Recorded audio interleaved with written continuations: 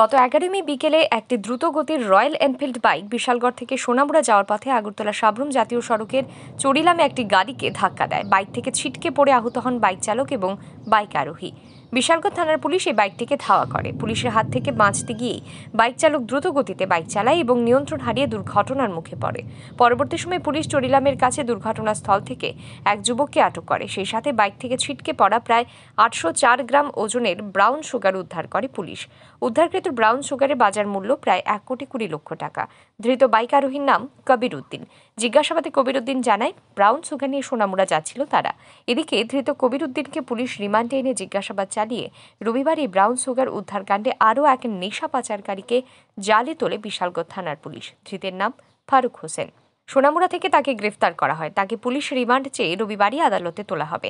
এদিন বিশালগড় থানার ভারপ্রাপ্ত পুলিশ আধিকারিক রানা চ্যাটার্জি এই সংবাদ জানান। এটা গত 11 তারিখ যে আমরা একটা এনডিপিএস আপনার হিরোইন এখানে সিজ করেছিলাম চড়িলামে। কত তারিখ স্যার? ওইটা পুলিশ স্টেশনের 27 নম্বর কেসে একটা হিউজ অ্যামাউন্ট অফ হিরোইন সিজ হয়েছিল।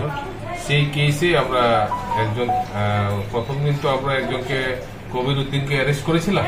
এখন তাদের একজন অ্যাসোসিয়েট ফারুক হোসেন তাকে আমরা গ্রেফতার করেছি এবং তাকে আমরা আদালতে পুলিশ রিমান্ডের প্রেয়ার দিয়ে প্রডিউস করি। স্যার কোথায় থেকে অ্যারেস্ট করেছেন? সোনামুড়া থেকে। হ্যাঁ, সোনামুড়া। স্যার এই পর্যন্ত এই কেসে কতজন অ্যারেস্ট হয়েছে? এখন পর্যন্ত 2 জন অ্যারেস্ট হয়েছে। তো তাদের মুখ থেকে কি আর অন্য কোনো নাম পেয়েছেন আপনারা? অনেক কিছু বেরিয়ে আসছে, আমরা এগুলি সব অ্যানালাইসিস করছি এবং ইনভেস্টিগেশনের স্বার্থে এগুলি আমরা ফিউচার অ্যারেস্টের জন্য আমরা কিছু এভিডেন্স কালেকশন করছি। এদিন পুলিশ আধিকারিক আরও জানান, ঘটনার দিন বাইকটি চালাচ্ছিল আবু তাহির নামে এক নেশা পাচারকারী।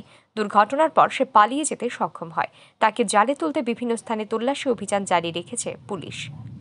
Bureau report, RE news.